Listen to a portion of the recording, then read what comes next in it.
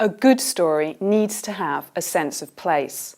It could be the whole setting in which the story takes place, or just a scene within the narrative. Your job as a writer is to evoke it rather than simply describe it. What's the difference?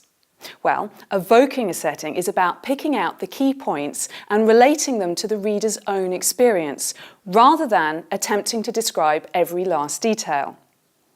As you're writing, try to imagine you're actually there. What strikes you first? What does it compare with? What's unusual about the place? Try not to only focus on the expected. Surprise your reader with something that will get their imagination going. If you can do that, then they are going to want to read on. But avoid trying to do all your evoking in one go. Places are like people. We tend to experience them a little at a time, starting with first impressions. So if you sprinkle evocative clues throughout your narrative, the setting will act like an extra character, engaging your reader's interest and then maintaining it over time. Okay, why don't we look at a particular setting and see how we might be able to put some of these ideas into practice? So, welcome to the market square of Juma el-Fanar in Marrakesh. Now, there's certainly plenty to describe here. The square's size, the fact that it's sunset and it's filling up with people, stalls selling street food, different characters, acrobats and jugglers, musicians and snake charmers, market traders selling all kinds of unusual things. But how do we get all this across to our readers? Well, the most obvious way would be simply to describe each item on the list as seen through the eyes of a passive observer, adding the odd adjective as appropriate. Huge square, orange sunset. But the problem with this approach is that it only tells the reader about the square. It doesn't really help them to build a mental picture of what it feels like to be there. To do this, we need to re-examine our list and look for ways to relate the items to the reader's own experience. So, if the square is huge and bustling, it might be worth comparing it to something. A football pitch swarming with people, for example. The sunset is orange. That's all well and good, but what does it feel like? A welcome relief after the scorching heat of the day? There's delicious street food. You might be able to imagine it, but how will you convey that to your reader? The smell of the spices rising off the roasted meat might remind your narrator of a far more exotic version of her mother's roast dinners, for example.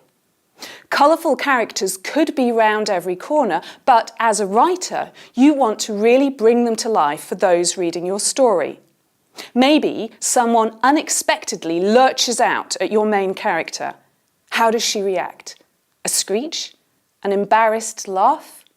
Use their reaction to bring your setting to life. Your reader would probably expect that exotic goods are sold in a souk, but it's your job as a writer to really give them a sense of how that affects the nature of the setting. Perhaps the scent of the perfumes blend into one headache-inducing mess. Or maybe it's a heavenly smell that your character has never experienced before.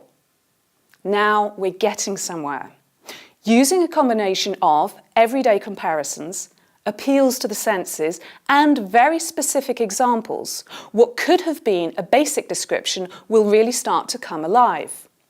But to make these references really work for us, we need to involve the reader in what's going on, to let them experience the square through the eyes of the person telling the story. And that means placing the storyteller, whether it's you or your character, at the heart of the action. For example, by walking through the square and sampling its delights for themselves. Let's look at the list again. Huge square. To Lee, Juma el-Fanar resembled a vast, empty car lot. Orange sunset. With the sun going down, the square felt cool and balmy after the heat of the day. Milling crowd. Lee mingled among the crowd, tourists taking an evening stroll, hawkers trying to catch their attention in the hope of earning a few coins. Delicious street food.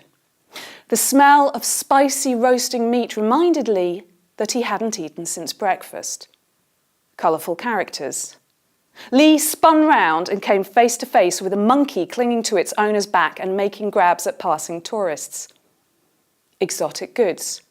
Suddenly he caught a waft of perfume so deliciously heady and fragrant that it took his breath away. Now the scene is really starting to come alive. To add the finishing touch, we might add one final analogy that sums up the entire experience. For example, like a guest at a party that had been going on for 1,000 years, Lee had the sense that he was celebrating humanity in all its amazing, infinite variety. That's how the process works. So, here's a few tips for evoking a sense of place.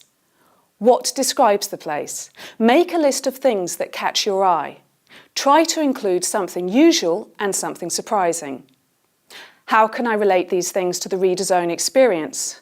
The more you can do this, the more evocative your descriptions will be. Sprinkle your descriptions throughout the narrative. That way you can develop your sense of place as you would a central character. Now try it yourself. Let's use another picture to work with. Take a look at this picture of a beach and make a list of 5 things that describe it. For example, cloudless sky, palm-fringed sand, clear azure blue water. Now, use that list to write a more evocative description of the scene, starting with the most arresting. For example, what does a cloudless sky evoke in your mind's eye? How does the palm-fringed sand make your character feel? See if you can use the ideas we've been talking about to make the setting as evocative as possible.